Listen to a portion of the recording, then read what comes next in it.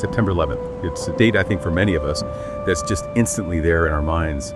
Images, feelings, immense loss, really, a world change. But what if there's another side to the aftermath, something beyond the immediate human tragedy, something maybe less explored, but, well, just as vital to grasp? Today, we're doing a deep dive based on this really, really thought-provoking article. It's from the Hale Institute. They do some fascinating socioeconomic work.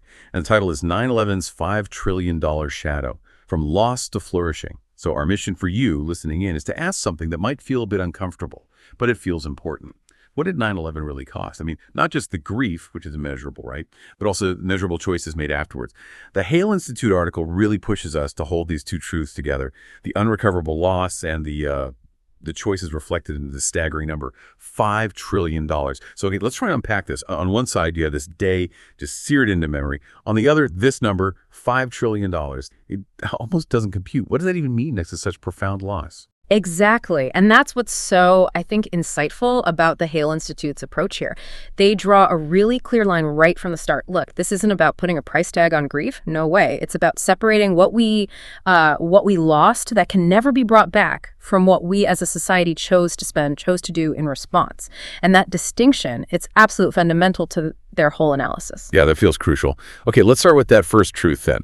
The things that truly vanished. Things money can't, touch. Yeah. The article uses this phrase, unrecoverable loss.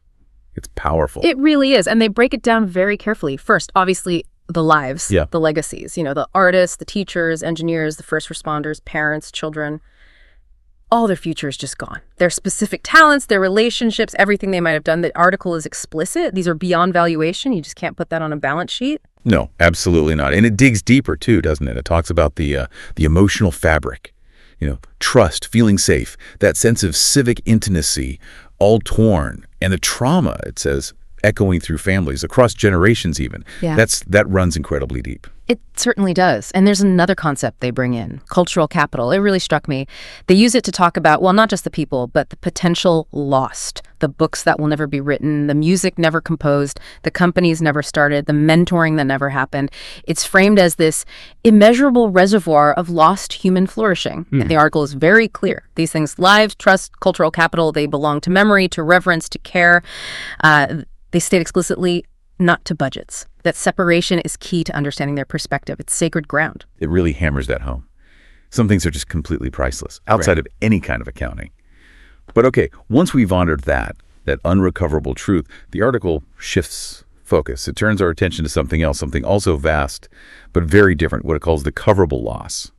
And that's where this $5 trillion number really comes into play, right? Precisely, yeah. And connecting this to the bigger picture, that $5 trillion, it represents choices, active decisions. These are choices that profoundly shaped the next 2 decades after 9/11.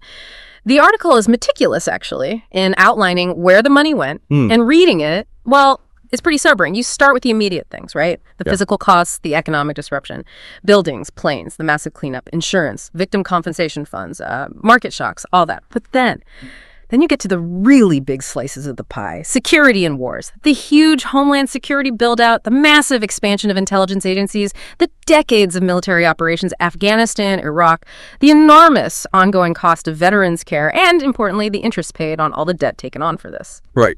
And the article brings in a really critical economic idea here, opportunity cost, which, for anyone listening, is basically the value of the next best thing you didn't do because you do something else. The article says, every dollar spent reacts to the past or preempts a threat, yet seldom invests in human flourishing at scale. Wow. What else could that $5 trillion have achieved? It's a profound question, isn't it? This isn't just bean counting. It's a deep moral and societal accounting. These were decisions made actively.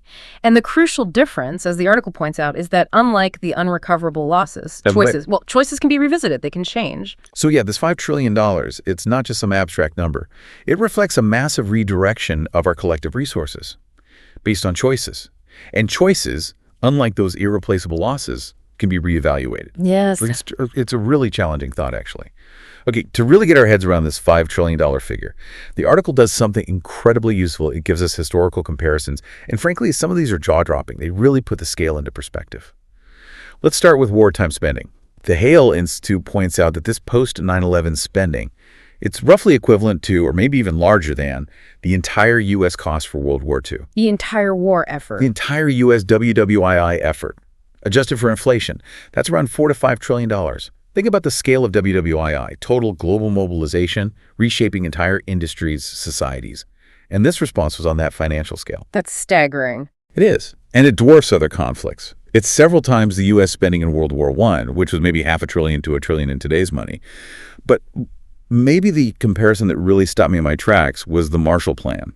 You know, the huge American effort to rebuild Europe after WWII. Yeah, a cornerstone of post-war recovery. Right. That was maybe $150 to $200 billion adjusted. Now get this, $5 trillion is enough money for 25 or even 30 Marshall Plans. 30 Marshall Plans. Enough to rebuild multiple continents, essentially, several times over, based on that historical benchmark. That comparison, especially to WWII, it just underscores the point. This wasn't just a significant response. In purely fiscal terms, it ranks among the largest, most concentrated mobilizations of resources in modern history. The Marshall Plan reshaped a continent, fostered decades of peace, relatively speaking. Yep. Seeing the $5 trillion figure against that, well, it highlights the sheer economic weight, the sheer gravity of the choices made. It's almost incomprehensible otherwise. It really is. And it's not just wars. Look at the comparisons to major disasters. The scale is still shocking. They estimate that $5 trillion could cover the upper-end costs of the Chernobyl nuclear disaster recovery about 5 times over. 5 times Chernobyl. Or think about Fukushima Daiichi. Tens of Fukushima-scale recoveries, Deepwater Horizon oil spill, dozens of those responses.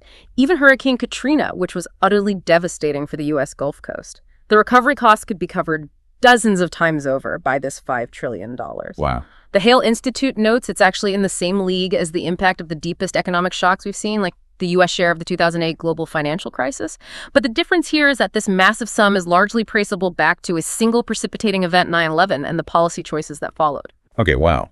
So it's not just comparing it to wars, but to the biggest industrial accident, the most catastrophic natural disasters, even global financial meltdowns. Putting those numbers side by side like that, it really does drive home the Hale Institute's point. This was a fiscal mobilization on a truly historic scale. But here's where the article takes a really fascinating turn. It doesn't just dwell on the cost, on what was spent.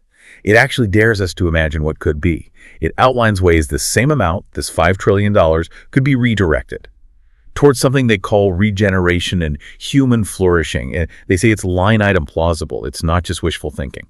Yeah, that shift in perspective is really the core of the second half of the article. It's intentional. The argument is, if we can mobilize trillions for surveillance, for military interventions, then we can, by design, mobilize similar resources for safety and flourishing defined differently. It's a direct challenge to how we usually think about achieving security. And the examples they give are not small tweaks. They're talking about foundational needs, but on a planetary scale. Imagine clean water and sanitation for the entire planet, plus enough for decades of maintenance. Or bringing electricity to every single off-grid community with backup power. They even talk about building over 100 million affordable homes worldwide, but importantly, paired with the necessary schools and clinics to make those communities thrive. It's thinking systemically. And then there's the human capital aspect. The potential uplift there is just immense. For education, for instance, they suggest funding universal basic education in all low-income nations for over 20 years. Or, alternatively, think about providing 100 million university degrees globally. Or maybe 500 million vocational training qualifications. Imagine the wave of potential unleashed by that. 100 million degrees. Yeah. Or 500 million vocational trainings. That's Transformative doesn't even begin to cover it. Is it? And it feels grounded, right? Because they keep saying, line item plausible. They've apparently thought through the allocation. Beyond the basics in education, it also gets into health and healing infrastructure, which feels so needed. Absolutely. They suggest we could fund millions of counselors, establish community wellness centers, roll out trauma-informed programs globally, addressing mental health on that scale, and think about preventable diseases. Large-scale vaccination drives, strengthening primary care systems, health literacy campaigns. These could literally change the health map for billions. It really could. And the final area they touch on is building what they call peace and resilience architecture. This is fascinating. It includes things like funding cultural diplomacy, conflict prevention initiatives, basically institutions designed to spot and diffuse violence before it erupts. Proactive peace building. Exactly. And it extends to the civic and emotional infrastructure too. Things like supporting rituals, developing shared narratives, creating public spaces that actively nurture trust. That social cohesion aspect is so critical for stable, flourishing societies, but often overlooked in big spending plans. And of course, they include climate resilience, regenerative agriculture, retrofitting cities to be more sustainable, building resilient energy grids. These are all long-term investments in just, well, a viable future for everyone. Yeah, it really makes you stop and think, doesn't it? Imagine approaching those huge global challenges, poverty, education, health, peace, climate, with the same level of resources, the same urgency we applied after 9/11. It offers such a different vision of what security could actually mean. And to kind of crystallize these two big ideas, the loss we can never recover and the choices we can change, the article uses these two really powerful images, the broken clock and the living compass. Yeah, they're very evocative. The broken clock, it's frozen at 8:46 a.m., the time the first plane hit. It symbolizes that irreversible loss, the grief. It asks for remembrance, silence, names, candles. It's about honoring what was irrevocably broken. It ensures we don't forget that sacred impact. That's beautifully put. And then there's the living compass, which isn't frozen at all. It invites direction. It poses the question, okay, where do we point the next $5 trillion? Do we aim it towards reacting out of anxiety and fear? Or do we consciously aim it towards things like dignity, wisdom, shared joy? It's about guiding what could be, actively choosing our future direction. So bringing this all together, what does this mean for you listening right now? How do we connect these really big ideas? This deep dive, based on the Hale Institute's work, it really offers a new way to look at history, but maybe more importantly, at our potential future. It really does. It serves as this important call to, well, reflection, yes, but also redesign. That's the phrase they use. It comes down to 3 core actions as they lay it out.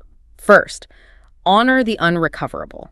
Keep sacred what can't be restored. The lives, the love, the memories, the meaning. This isn't about forgetting or moving on. It's about profound, enduring respect. Right. That's the foundation. Then second, reimagine the coverable. This is the challenge. Treat huge public spending as a powerful moral instrument and, crucially, make things like prevention, healing, education, human potential, make those the default definition of security.